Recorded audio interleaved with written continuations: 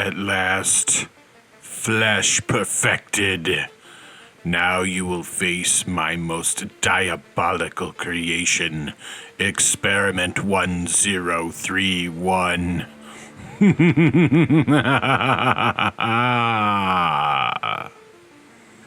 going to show you how I made it.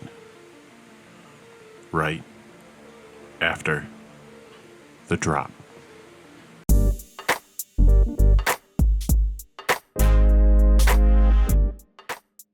Like many of my projects, this one starts with a dollar store toy, the Karn figure from the Final Faction line. I love these figures. I love turning them into tabletop creatures. And this fella here is already looking fantastic. I want to do like a fleshy golem type, experiment monster. And he already this figure already lends itself well to that. I'm going to turn to an accessory pack, and there's this really cool looking vine arm, and I'm going to attach it to this figure. You saw I'm testing for size with a tube. There will be a second part to this figure next week. I'm actually going to create the Abomination Chamber where he's created, but not enough time to do that all in 1 week. So figure first. I'm going to start by cutting off his hand and forearm close to the elbow, and then I'm going to cut the peg or the connecting peg off of this vine arm, and then I'm going to drill a hole into each bit. This is a very, very heavy arm, and I want a little more than just super glue attaching it. So with my hand drill, I'm gonna drill a couple holes, one in the arm itself and then one into the vine bit there. I'm going to super glue a toothpick end, trim it off, trim the sides a bit so it works really well as a peg, and then I'm gonna add a little super glue to his stump and just jam it in and hold it tight. That super glue will dry nice and strong, and that wooden peg in the middle is going to ensure we have a really nice connection.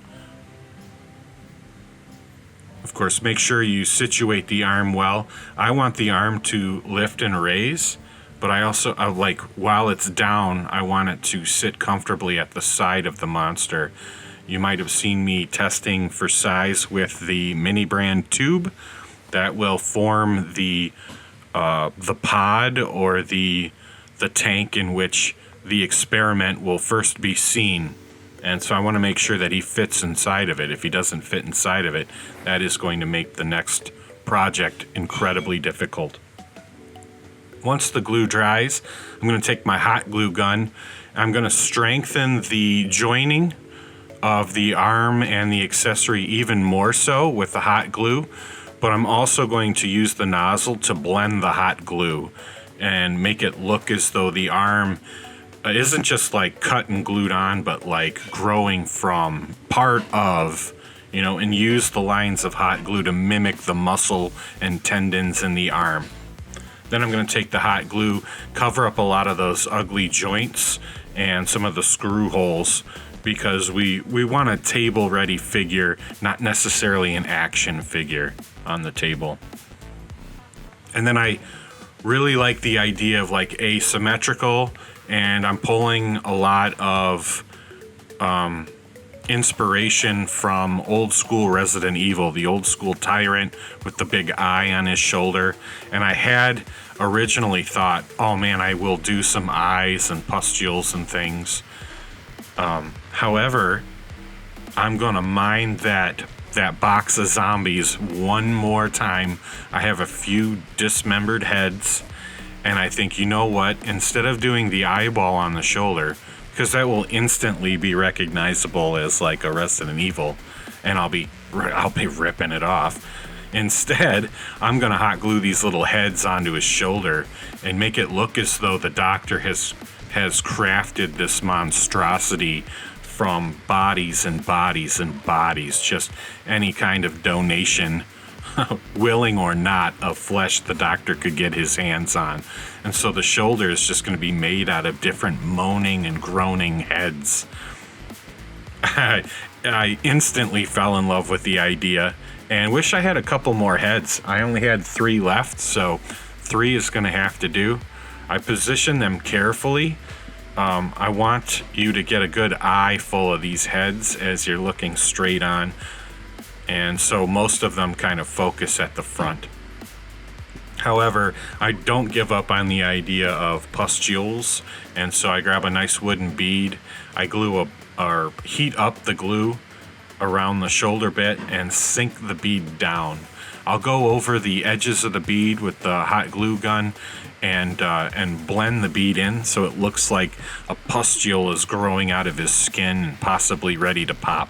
And then I'm going to do that in a few more places all over this one side of the figure. So on one side, I'm going to have the big tentacly arm, and on the other, I'm going to have the heads on the shoulder. I'm going to have the pustules, and then I decided to really jazz it up a little bit with some toothpicks as spikes, like bone is protruding and ripping out of the skin as part of a defensive/offensive augmentation made by the doctor. It's simply line of hot glue, jab the toothpick in, and then later I'll go in and strengthen those joints with a bit more hot glue. I just want those spikes to look like they're bursting from the flesh. That is the point. Then a couple on the head, just to tie the whole thing together. And I think we've really created a fantastic looking asymmetrical monstrosity or abomination. Then with a piece of parchment, I'm just going to add some gangly looking hot glue toes to these feet, just to give it a better appearance than the action figure feet. They're kind of flat and plain. I'm going to run it outside and hit it with a nice base coat of white. And this is to keep everything bright, because I want him to look bright, fleshy, gooey, slimy. All those disgusting terms. And I think I really pull it off. So I'm going to take you through it step by step. I'm using the fancy paints my wife got me some time ago, and turn to flesh first. I mean, what better color to paint as flesh than flesh itself? I'm going to go in with the purple and go along some of the muscle tone and poppier parts of the sculpt on this monster. I want it to look a little bit like muscle and bruised flesh. I want him to feel a bit unfinished in the story that I plan to craft. The doctor is kind of taken unaware and forced to unveil his experiment before it's completely done gestating, growing. And so that's the point. That's what I'm working towards. I'm going to pick a nice rose color. This is where it really starts to take shape. I wanted to kind of paint up some of these protruding parts of the sculpt with this rose, and then I'll go in with like a dark blue and just add some really neat fleshy looking definition to the figure. And I think it works really, really well. I'm not too worried about detail at this point. If you've worked with these Final Faction figures, you'll know that the sculpt is very forgiving when coming to when you're going to paint. And I'm going to take full advantage of that. I'm going to go over with this really nice light blue and do kind of a red-blue vein kind of effect. So, I can't think of an actual example at the moment. But the flesh with the red and the blue veins and throbbing muscle and mass, that's what I'm kind of going for. The legs really highlight the effect that I'm going for, and then particularly up the arm as well. Off camera, I did the spikes in a brown, and I did the little bits of spike on the tentacles as well. Fun fact, I originally meant to do that as like a plant graft in green with thorns and such, But once I started going, I thought, man, it would look so much better if it was just like flesh, like fleshy tendrils. And so ultimately that is the way I went. I used an olive green to paint all the pustules and yeah. And at this point he's starting to look really gross, which is what I'm going for.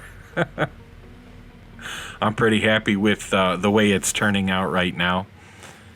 And the next step is probably the best step. This is where the figure is really set off. I'm going to turn to my Army Painter red quick shade, and I'm just going to paint the whole darn thing with the red quick shade. It's going to get into all the crevices and recesses and dye it with a red on top of dyeing all of the flesh with a slight reddy hue. And it's just going to look like raw, bloody, wet flesh. At least it's going to look wet while the wash is wet.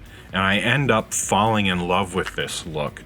So much so that I go in later with a glossy Mod Podge and cover the whole figure so I can keep this flesh look, or the wet soaking flesh look that I achieved with the wet wash.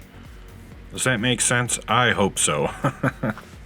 I loved the way it was turning out. I took this picture and sent it to my missus because she's a big fan of horror movies and stuff, and she was just delighted with how disgusting it looked.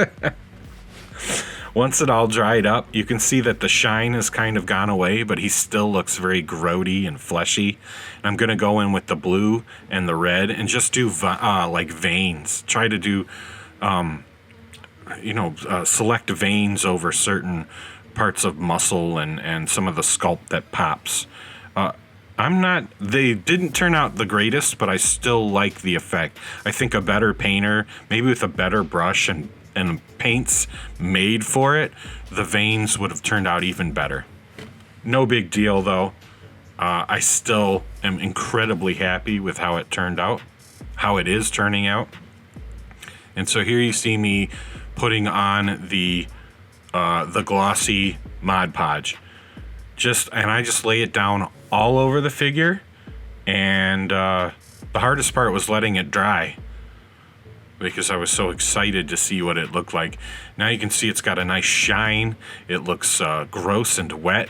And I'm going to take my disgusting slime effect there from Army Painter, and I'm going to selectively dab it at the base of all the pustules.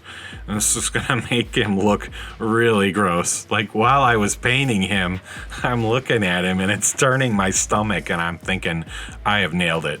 This is fantastic. He's so grotesque looking, and these pustules look like they're about to burst and spray green fluid all over. Oh man, it's fantastic looking. I'm in love with it.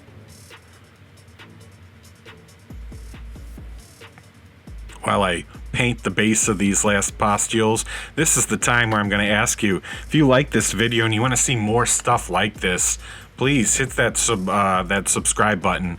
I'd love to bring you more videos, more content. I'd love to entertain you, so please do that. If you like this one, smash that like button. If you really like it, go ahead and give me a tip with that super thanks. Buy me a coffee or something as a thanks. I'd really appreciate it. I've got a subscribe star where you can support me on a monthly basis and get your hands on my pen and paper RPG. It's super awesome, and I'm looking forward to showcasing it more in the future for everybody. I've got some Amazon affiliate links as well, so if you want to go shopping for supplies or whatever, go ahead, click those links. I'll get just a little bump, and hey, everything helps, right? Anyway, thank you so much. Check out the links down below to help the channel. I really, really appreciate it. Back to the craft. I'm still doing the disgusting slime. This time I'm going to make it drip and ooze out of his eyes, out of his mouth, and out of the mouths and eyes of the little heads attached to his shoulder. These little punches of green with this disgusting slime goes so far to making this thing look fantastic. I love it because it's mainly pink and red and blue, and there's little underlays of purple, but these little punches of the slimy green just set it off. I love this figure. I love the way it came out. I love these Final Faction toys, man. They are a crafter's dream. Here you have the setup you saw earlier. The Doctor standing safely behind his abomination. This time I've got a couple 40k shamrocks facing off with it. I love it. Love this project. Love the figure. I'm going to have his abomination tank next week, so please tune in, subscribe. It's going to be a great craft. You'll love it. Part of my October Mad Scientist. And the best part about that arm is you can stick a figure in there and he holds it, which will actually work really well for gameplay. I'm pumped. So let's just take a real close look. 360 on the whole figure. God, he turned out great. He looks disgusting. He looks shiny and wet and malformed. Where's your skin, bro? It's fantastic. Thank you so much. I got a few more disgusting mad scientist type videos coming in October. I hope you liked what's come already, and I hope you're excited for the future. Thank you so much. As always, like each other, love each other, and craft on.